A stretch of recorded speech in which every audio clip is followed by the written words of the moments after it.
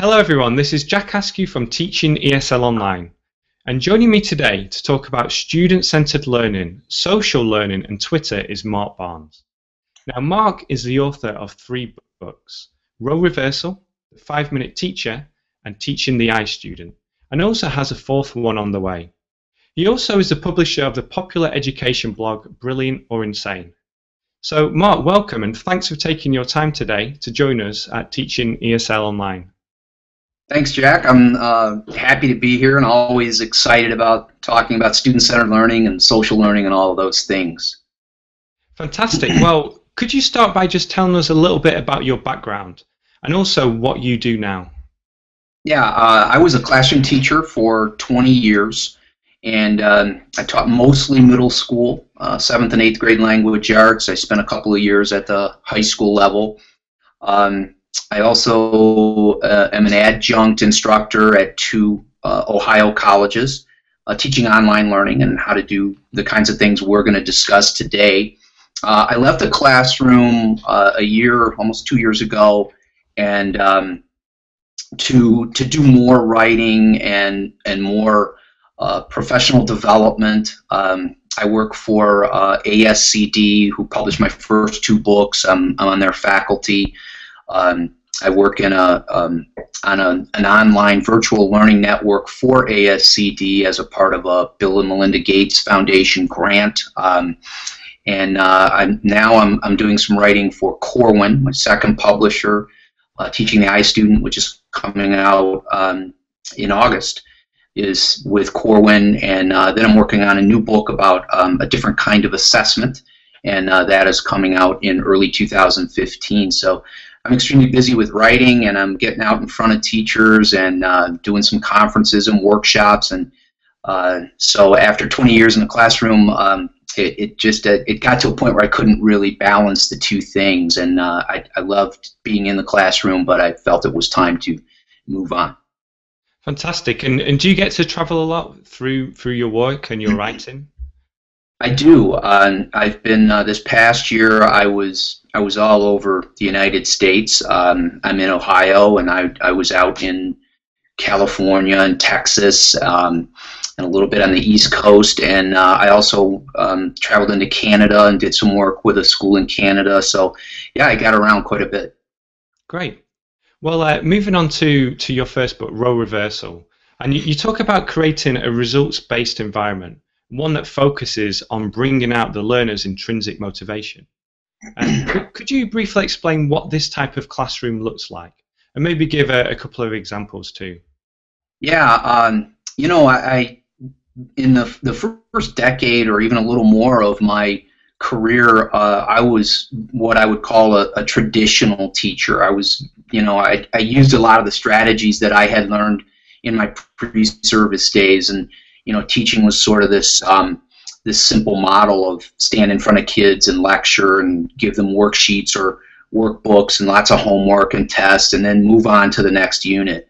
I just felt after a long time that wasn't getting it done anymore, and maybe it never did. But I decided I needed something different. I spent a summer doing a lot of research, reading a lot of best practices and psychologists and people who had studied motivation, like Daniel Pink. His book Drive was really influential on me.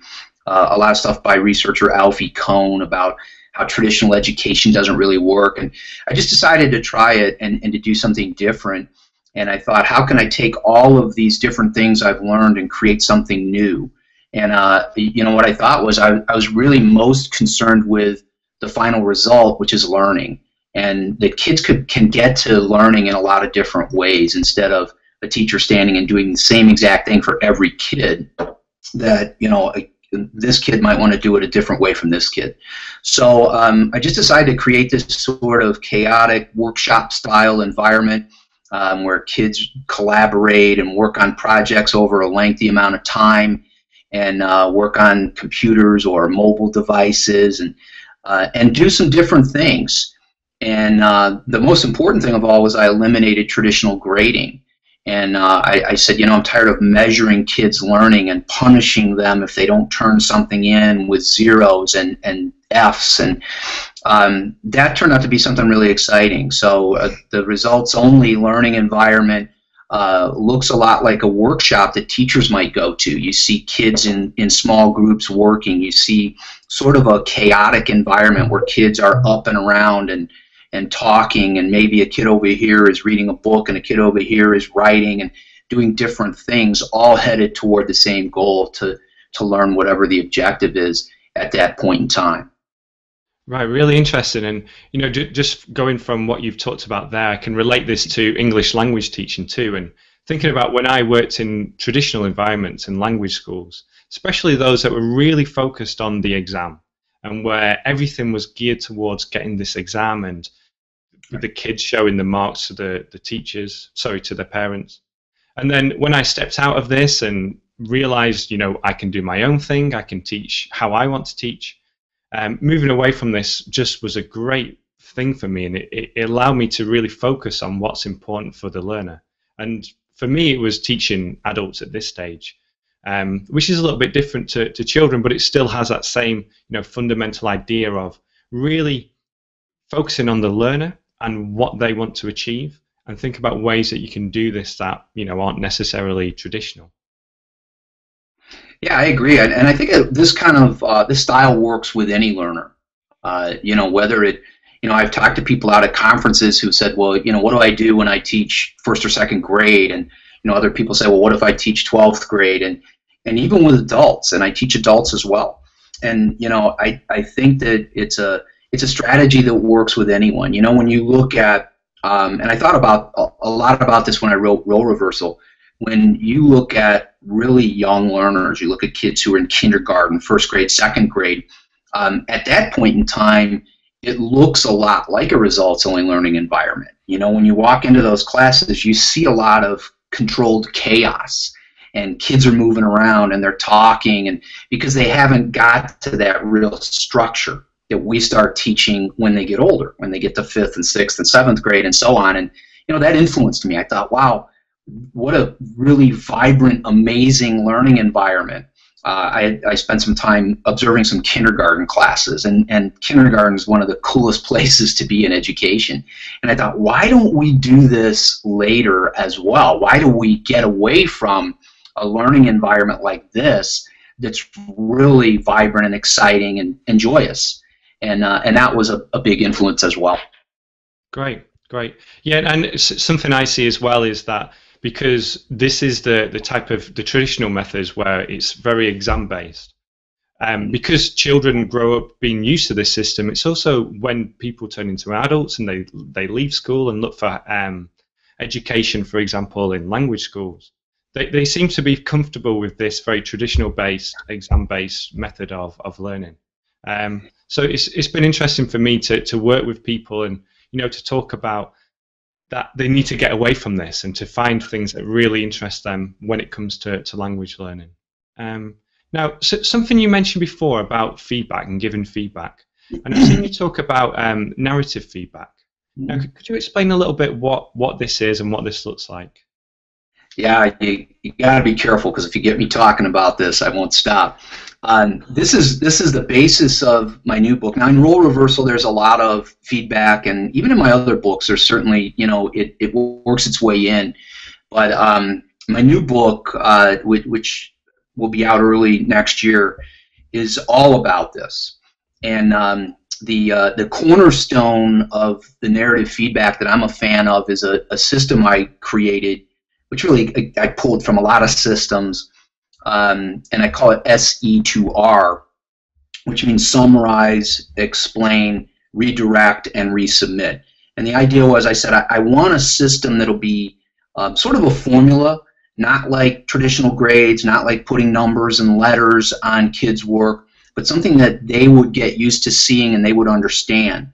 So I said, you know, what do I really need to do? And there's a lot of great research behind this as well, that we need to give kids descriptive feedback. We need to do as much as we can to eliminate the subjectivity. And grades are very subjective. This is a debate I have often. People say, well, you know, if I put numbers on a paper, percentages or letters, then that measurement is objective. And I say, actually, it really isn't objective at all. Those kinds of measurements are the most subjective thing we can do to kids because there's so much input from the teacher, and it's really all opinion. If I assign a piece of work and I decide to give it an arbitrary value, it's worth 100 points. And I decide all of the ways that students get those points, and that really becomes my opinion. And what I'm doing is judging their work and saying, well, this one's, and comparing. And we do a lot of comparing in education, which I also wanted to get away from. So what I decided was I really wanted to assess learning by pulling away as much of the measurement and subjectivity as possible, and getting kids involved in the conversation. And that feedback is a two-way situation where I would say, tell me what you've done, and why did you do it? What made you go this way or that way on an activity or on a project? And let's think about the lessons we had in class, and let's think about maybe any guidelines that you were given on a particular assignment. So how did you approach that? What did you accomplish? What have you learned? And then what's really important is the two R's are really important in SE2R, and that's redirect and resubmit. This is something we get away from in education. And back in the traditional world, when I was teaching, I completely ignored this. I almost never gave a student a chance to go back and say, well, you got this wrong. Based on the guidelines and the lesson, you got this wrong. So how can we go back and revisit prior learning and maybe demonstrate mastery? Because I think that education should be about mastery learning and not about punishing kids with grades.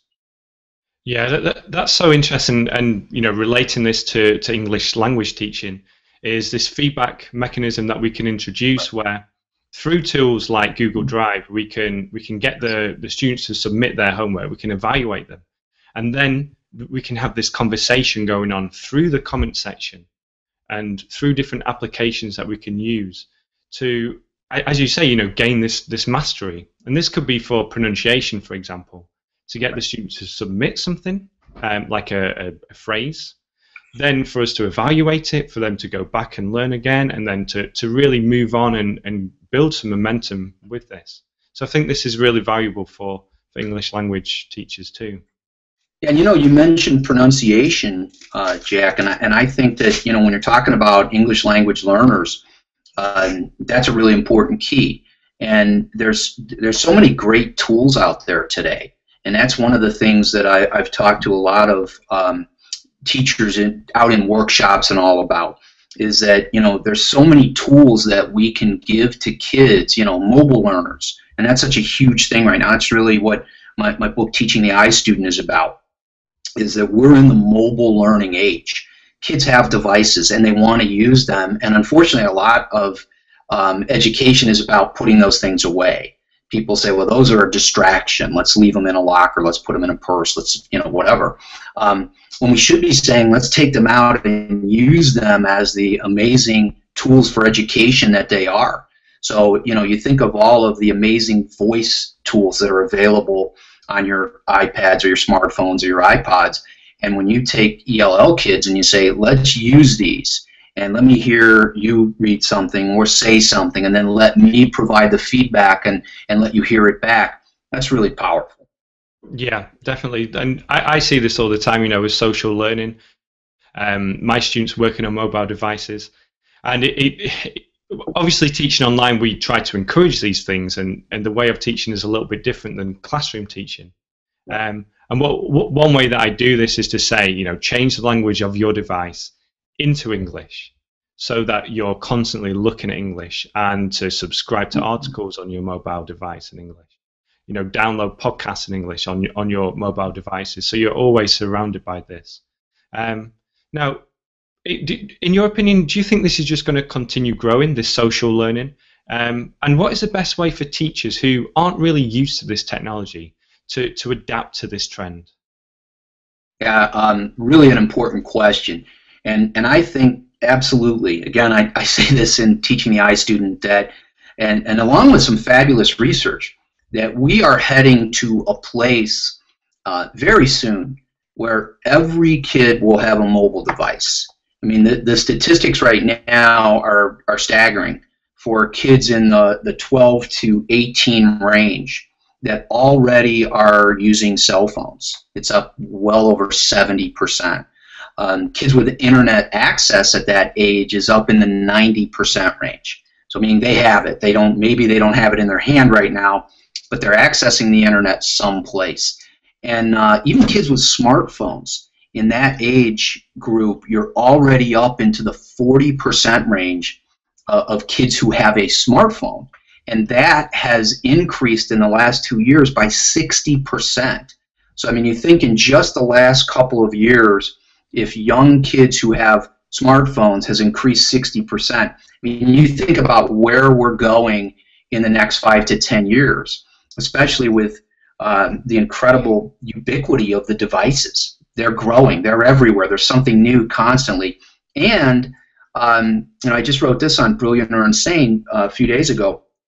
The other big factor is that the prices are coming down, and they're becoming incredibly inexpensive. So I think that, and this is just looking at those statistics I've provided, and then I don't have any kind of metric myself to say this is real, but I believe that we are probably 5 to 8 or 10 years away from, certainly in the United States, from I think every single kid in that 12 to 18 range having a device, whether it be a smartphone, an iPod, a Kindle, iPad, something that they can access the web with, and social networks. So yes, I think we have to face it. Educators have to face it, and they have to say, I've got to prepare for it, because not only do I have to teach my kids how to use it, I have to be ready to use it myself. As far as the people who aren't there, one thing I think is really big is they need to start researching themselves and reading about how to use these things, watching online videos, and actually using them. I mentioned my work with Corwin and my book, Teaching the iStudent. That is a part of a series that's new by Corwin, and I'm really excited about this. It's a part of a series called The Connected Educator. And so next month there'll be 4 books. And the great thing about these is they're short format. They're quick reads. They're like 50 pages, 60 pages. So, a teacher can take these and you can read those in an hour or 90 minutes. You can download them or get a hard copy. So they're at your fingertips, and they're all about connecting with other educators, with students, using social media, using professional development, using mobile devices. So I think that's critical. We have to be into professional development as educators and say, this is coming like a storm, and I have to get ready for that storm. Great, fantastic. Now you mentioned social media and connecting, and this week I've seen your article, why everyone should be on Twitter, on all the social media platforms. So could you just briefly explain, why an English language teacher should be on Twitter, why they should be on this platform? Yeah, there's so many reasons, and thanks for mentioning that blog post, which was incredibly popular, I'm happy to say, about why everyone should be on Twitter. First of all, there's a lot of good reasons there. Number one is free professional development. And I've written and spoken on this often. And social media is really that. But Twitter, to me, is even more so that than everything else, because it's the virtual aspect of it. It's right now. It's in your hands. We all have it on our phones, or we can if you don't. And the great thing about it, whereas I think places like Facebook and maybe even Pinterest, Instagram are very personal places. They're places where we share photos of our kids and our vacations and things like that. What separates Twitter from those is that it is very professional. If you're an educator and you're following other educators, or you're looking at hashtag chats like EdTech and EdChat and Elementaries Chat and all of these things, what you have are people like you, and their purpose on there is to share best practices, to share amazing technology, to provide links to other websites and videos and articles that are all about being a better teacher. So I would certainly, no matter what I teach, but if I'm an ELL teacher, I would certainly want to be on there, and I would follow other teachers teaching in that same area to find out what they're sharing. You'll learn so much so fast. The other thing is your kids are on there. Kids are actually, there's other research saying that kids are gravitating away from Facebook and to Twitter because they feel like that Facebook has become their parents' place, and Twitter now and Instagram and all are becoming more of the kids' places. But it's incredible how many are there. I taught, before I left the classroom, I taught 8th graders, and I polled my class about Twitter, and 70% of my 8th graders, you're talking 13, 14-year-old kids, were on Twitter. So, if they are there, we need to take advantage of that as well. Again, instead of maybe being afraid of it as a place that we don't know if kids are ready for, we need to embrace it. Boy, if you've got ELL kids who are on Twitter and you can say, yeah, let's join each other in a Twitter chat, well, you've really done something. Yeah, fantastic. You mentioned, like following different discussions. There are a couple that I'll put in the show notes, the interview notes later. One is ELT Chat, which is a very popular one for English language teachers. And when I first followed that, I was just amazed at how, as you say, professional the discussion was, and the links people were sharing, the discussions people had. And just to see how so many people who were thinking the same things I was thinking, discussing the same things I was talking with the teachers that I know, and just to see it on a huge scale and out in the open for everyone to see, and it was really eye-opening for me. Yeah, I love the chat.